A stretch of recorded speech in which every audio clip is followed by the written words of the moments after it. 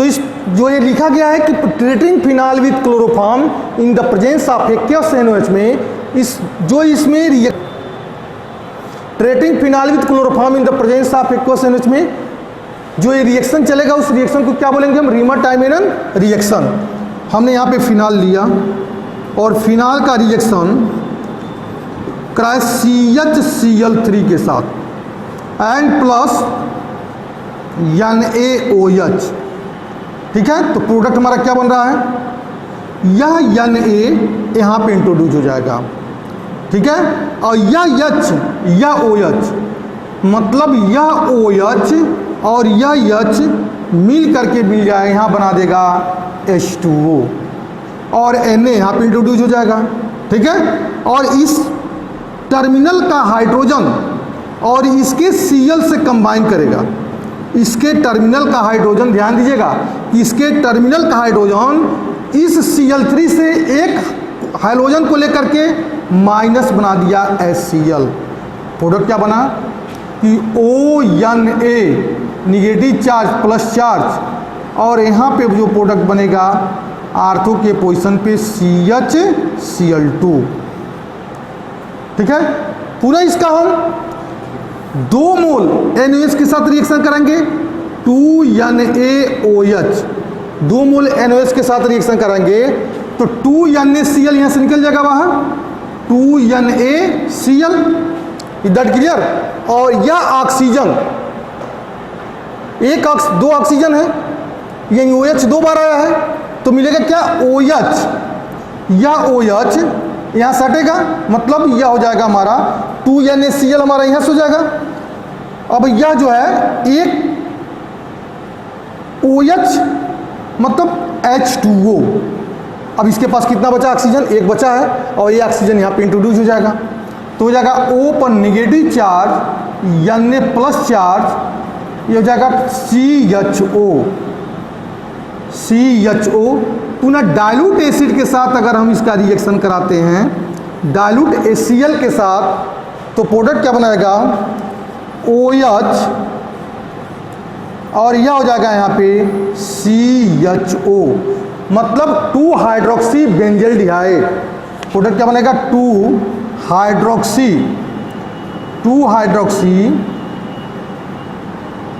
Benzaldehyde, 2 hydroxy benzaldehyde, जिसको बोलते हैं सैलिसिल्डिहाइड। इसको क्या बोलते हैं हम? कॉमन नेम में सैलिसिल्डिहाइड भी हो जाएगा। और इस टाइप के रिएक्शन को बोलते हैं रीमर-टाइमेरन रिएक्शन। और बोर्ड के बेसिस पे बहुत ही ये इंपॉर्टेंट क्वेश्चन है, और हर साल जो है बोर्ड में अल्टरनेट करके पूछता भी रहता है। अब NCERT में देखिए 11.20, NCERT के एक्सरसाइज में अब जो क्वेश्चन आ रहा है वो 11.20 है। ये भी एक कन्वर्जन है। कैसे इसको कन्वर्जन करेंगे, कन्वर्ट कैसे करेंगे रिएक्टेंट को प्रोडक्ट में, कौन सा मेथड, कौन सी टेक्निक अप्लाई करें कि जो हमारा रिएक्टेंट जो है प्रोडक्ट में चेंज हो जाए। तो रिएक्टेंट को प्रोडक्ट में चेंज करने के लिए सबसे जो इम्पोर्टेंट मेथड है, हमको फार्मूला तैयार होना चाहिए रिएक्टेंट का प्रोडक्ट का, तभी हम चेंज कर सकते हैं, नहीं तो हम चेंज नहीं कर पाएंगे। 11.20 में कन्वर्जन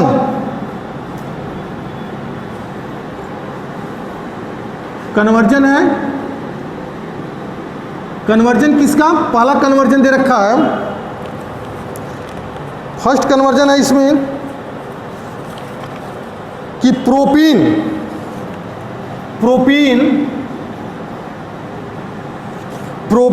टू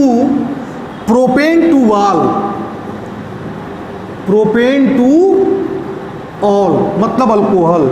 प्रोपीन को चेंज करना है प्रोपेन टू ऑल में। प्रोपीन को प्रोपेन टू ऑल में कैसे चेंज करेंगे, इसके लिए आपको हमने बताया था formations of the alcohol from the alkene. थोड़ा सा उस पर जो है अपना जो है दिमाग दौड़ाइए कि कैसे बनाए थे हम उसमें। तो प्रोपीन का स्ट्रक्चर पहले बना दिया जाए कि CH3 CH double bond CH2 है, इसको चेंज करना है किसमें कि CH3 CH2 OH में। तो CH3 अब इसको इसमें चेंज करने के लिए H2SO4 के प्रेजेंस में रिएक्शन होगा, तो यह चलेगा H plus charge and HSO4 पर माइनस चार्ज। ठीक है, मतलब यह H plus charge and H2O के प्रेजेंस में रिएक्शन होगा। कैसे होगा इसका मैकेनिज्म बता रहे हैं हम यहाँ पे कि H2SO4 H plus charge HSO4 पे माइनस चार्ज। अब H2O पे दो लोन पेयर्स हैं, या एक लोन पेयर एसिड के प्रोटॉन को दे करके बना देगा यहाँ पे हाइड्रोनियम आयन। क्या बना दिया यहाँ पे? Hydronium ion. अब यहाँ पे लिखिए CH3 CH double bond CH2 plus H oxygen है 1H 2H या प्लस चार्ज 3H हो गया। अब यह न्यूक्लियोफाइल के समान काम करेगा, किस पे? इस हाइड्रोजन के प्रोटॉन को एक्सेप्ट करेगा। जब प्रोटॉन को एक्सेप्ट करेगा तो हो जाएगा CH3, ठीक है, CH प्लस चार्ज, ये हो जाएगा हमारा CH3 प्लस चार्ज। कैसे आया प्लस चार्ज? कैसे आया? तो प्लस चार्ज इससे आ रहा है क्योंकि यह कार्बन के इलेक्ट्रॉन को CH2 ले लिया और इस प्रोटॉन को जोड़ दिया, CH3 हो गया। अब यहाँ पे प्लस 1H H2O लिखेंगे यहाँ पे और चार्ज ये से खत्म हो जाएगा।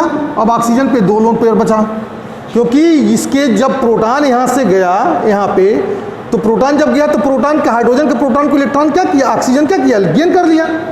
ऑक्सीजन क्यों गेन करेगा? क्योंकि ऑक्सीजन की इलेक्ट्रोनेगेटिविटी ज़्यादा होती है। तो यहाँ पे दो लोन पेयर्स हो गया, वह 1 लोन पेयर ट्रांसफर करेगा इस पे।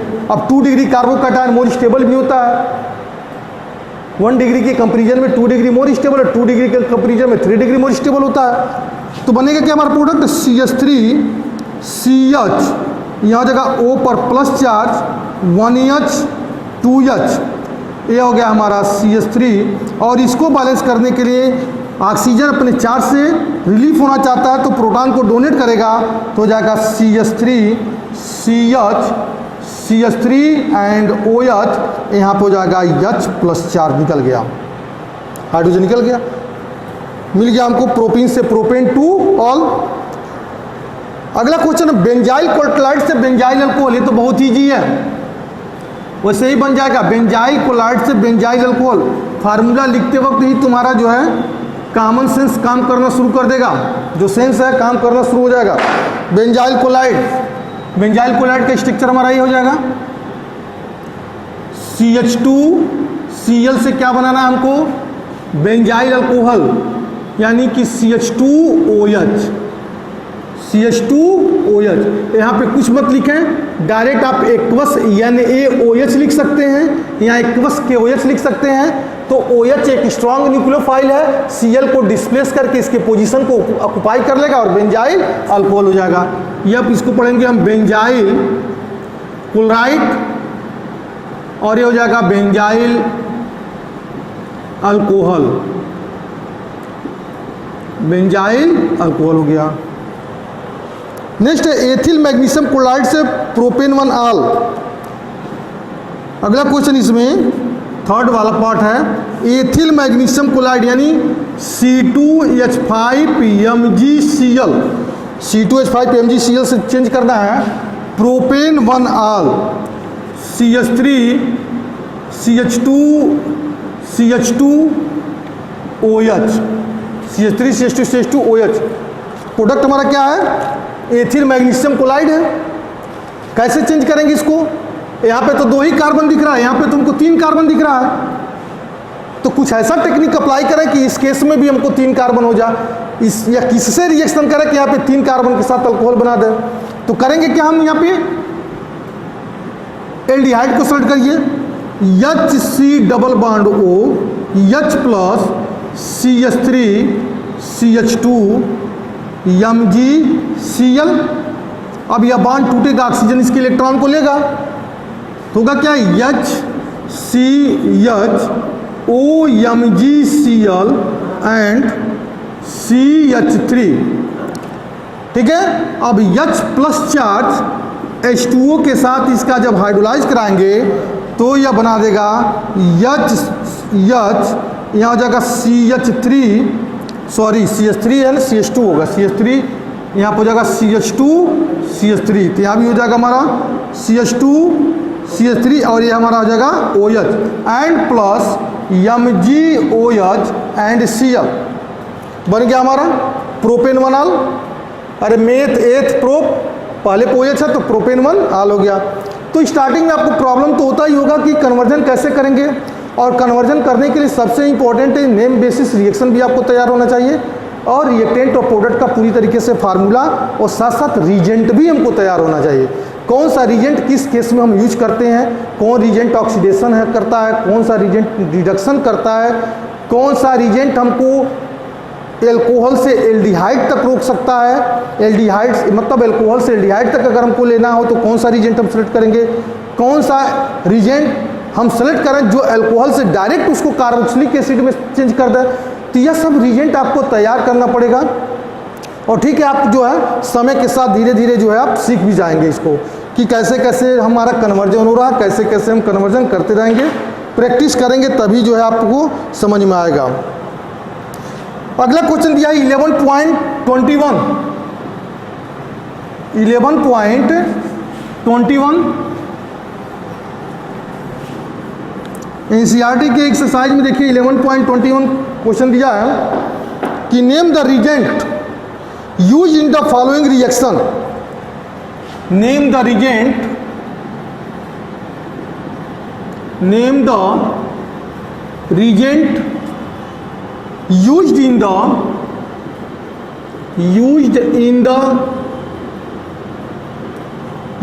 the following reaction,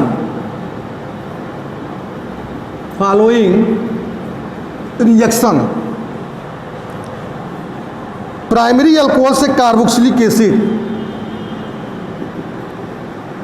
primary alcohol से चेंज करना है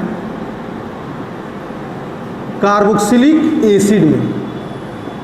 प्राइमरी अल्कोहल किस में चेंज किया है, कार्बोक्सिलिक एसिड में। दूसरा है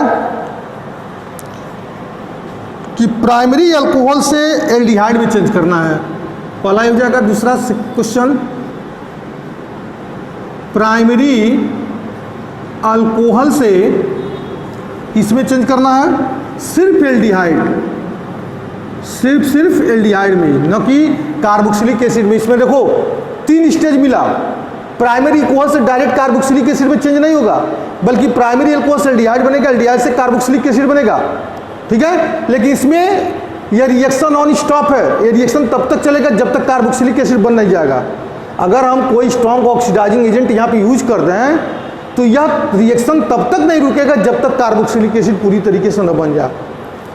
तो प्राइमरी अल्कोहल से कार्बोक्सिलिक एसिड बनाने के लिए कौन सा रिएजेंट हम यूज कर सकते हैं। अभी हमने शुरू में इसी पे डिस्कस किया था कि हमको ये तैयार होना चाहिए कि कौन सा रिएजेंट किस केस में यूज करेंगे, कब ऑक्सीडेशन कराएगा, कौन रिडक्शन कराएगा, कौन स्ट्रॉन्ग ऑक्सीडाइजिंग एजेंट है, कौन वीक ऑक्सीडाइजिंग एजेंट है, कौन स्ट्रॉन्ग रिड्यूसिंग एजेंट है, कौन वीक रिड्यूसिंग एजेंट है, कौन एस्टर के कार्बोनियल ग्रुप को रिड्यूस कर सकता है, कौन कार्बोक्सिलिक एसिड के कार्बोनियल ग्रुप को रिड्यूस कर सकता है।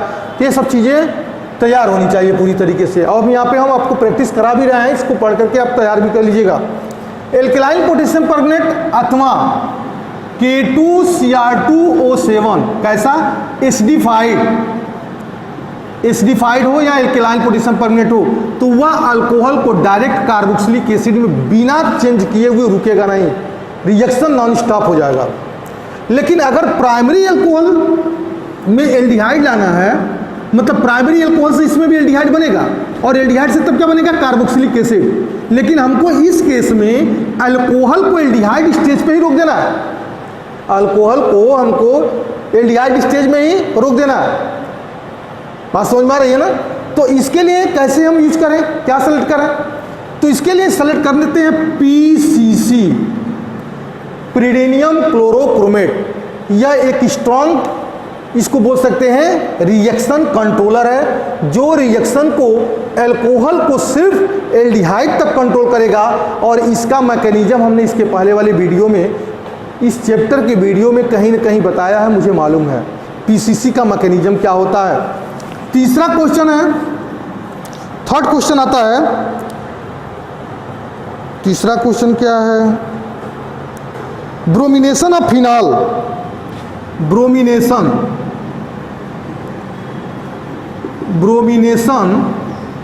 Of phenol. अगर फिनाल का ब्रोमिनेशन कर रहे हैं, bromination of phenol 2,4,6 tri bromophenol, यानी कि हम फिनाल का अगर ब्रोमिनेशन करें तो कैसे करें कि यह 2,4,6 ट्राई ब्रोमोफिनॉल मिल जाए। मतलब कौन सा रिएजेंट हम सेलेक्ट करें, कौन सा रिएजेंट हम सेलेक्ट करें कि हमारा ब्रोमिनेशन के केस में 2,4,6 ट्राई ब्रोमोफिनॉल मिले। तो हम पहले ही बताए थे कन्वर्जन में कि अगर हम ब्रोमीन के साथ लो पोलर सॉल्वेंट यूज करते हैं, जैसे ब्रोमीन एसिटिक एसिड में डिजॉल्व है, ब्रोमीन कार्बन डाइसल्फाइड में डिजॉल्व है, तो हमको मिलता है आर्थोब्रोमोफिनॉल और पैराब्रोमोफिनॉल। लेकिन अगर Br2 को हम H2O के साथ रिएक्शन कराते हैं तो यह इसकी पोलरिटी बढ़ जाती है। मतलब ये स्ट्रॉन्ग H2O जो है एक स्ट्रॉन्ग पोलर सब्सटेंस है, और H2O में जब ब्रोमीन जब डिजॉल्व करेंगे तो हो जाएगा 2,4,6 ट्राई ब्रोमोफिनॉल, यानी यहाँ भी Br हो जाएगा, यहाँ भी Br हो जाएगा और यहाँ भी Br हो जाएगा, ट्रू ब्रोमोफिनॉल हो गया। Is that clear? तो ये हमारा हो जाएगा। अब benzyl alcohol to benzoic acid, benzyl alcohol है, फोर्थ है बेंजाइल अल्कोहल। बेंजाइल अल्कोहल में CH2OH को चेंज करना है बेंजोइक एसिड में, COOH, वही चीज़ स्ट्रॉन्ग लगाओ, अल्कोहल जुड़ा हुआ है, तो लिखेंगे यहाँ पे कॉन्सनट्रेट H2SO4 प्लस K2Cr2O7, यह दोनों एक स्ट्रॉन्ग ऑक्सीडाइजिंग एजेंट हैं जो बेंजाइल अल्कोहल को डायरेक्ट बेंजोइक एसिड में चेंज कर सकते हैं। Is that clear? अब अगला क्वेश्चन है dehydration of propanol, propan two ol to propene. इसके पहले वाले हम लेक्चर में बताए थे कि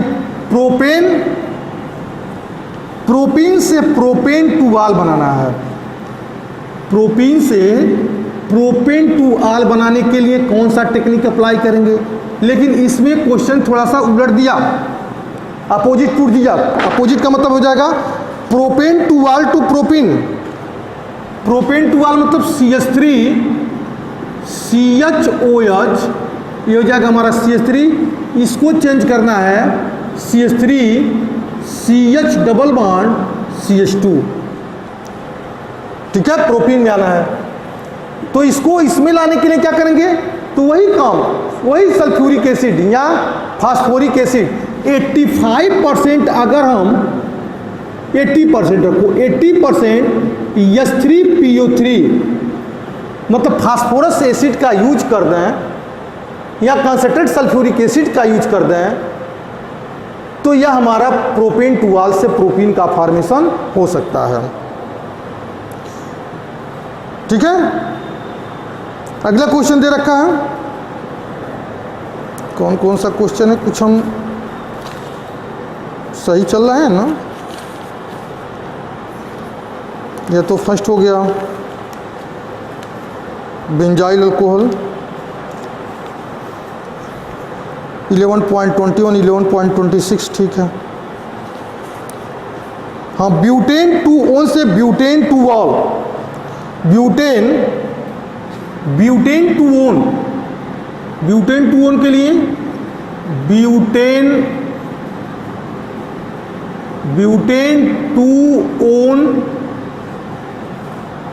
टू ओन से चेंज करना है ब्यूटेन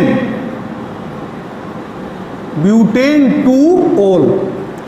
ब्यूटेन टू ओन के किस में चेंज करना, ब्यूटेन टू ऑल में। तो ब्यूटेन टू ओन का फार्मूला क्या होता है कि CH3 C double bond O CH2 CH3 meth eth prop, sorry ज़्यादा कार्बन हो गया क्या, तो CH3 होगा, meth eth prop but. Butan two one को चेंज करना है ब्यूटेन टू ऑल में, CH3COH ये हो जाएगा H बैलेंस करने के लिए, ये हो जाएगा CH2 और ये हो जाएगा हमारा यहाँ पे CH3। कोई दिक्कत नहीं है, चाहे स्ट्रॉन्ग रिड्यूसिंग एजेंट या स्ट्रॉन्ग वीक रिड्यूसिंग एजेंट कोई भी लगा सकते हैं, चेंज कर सकता है कार्बोनिल ग्रुप को। तो हम लगा दिए सोडियम टेट्राबोरेट NaBH4 को अगर यूज कर दें तो यह ब्यूटेन 2 से ब्यूटेन 2 बन सकता है, या LiAlH4 भी अगर हम सेलेक्ट करेंगे तभी भी हमारा ब्यूटेन 2 से ब्यूटेन 2 बन सकता है।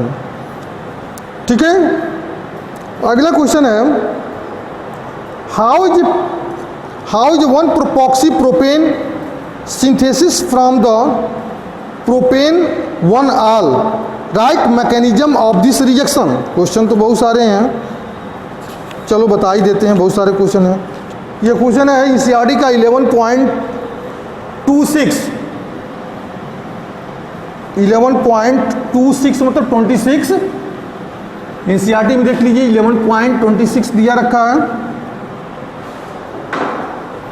11.26 है। ठीक है, 11.26 में how is 1 propoxy propane, question पूछ रहा है how is 1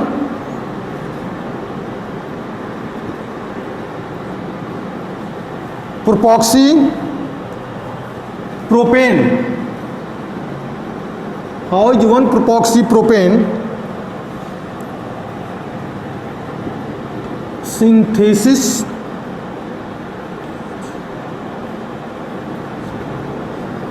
synthesis from propane 1 from propane 1 right mechanism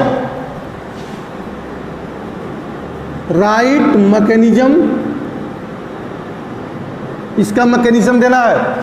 1 propoxy propane बनाना है, किससे बनाना है? प्रोपेन 1 से, यानी कि CH3 CH2 CH2OH प्रोपेन 1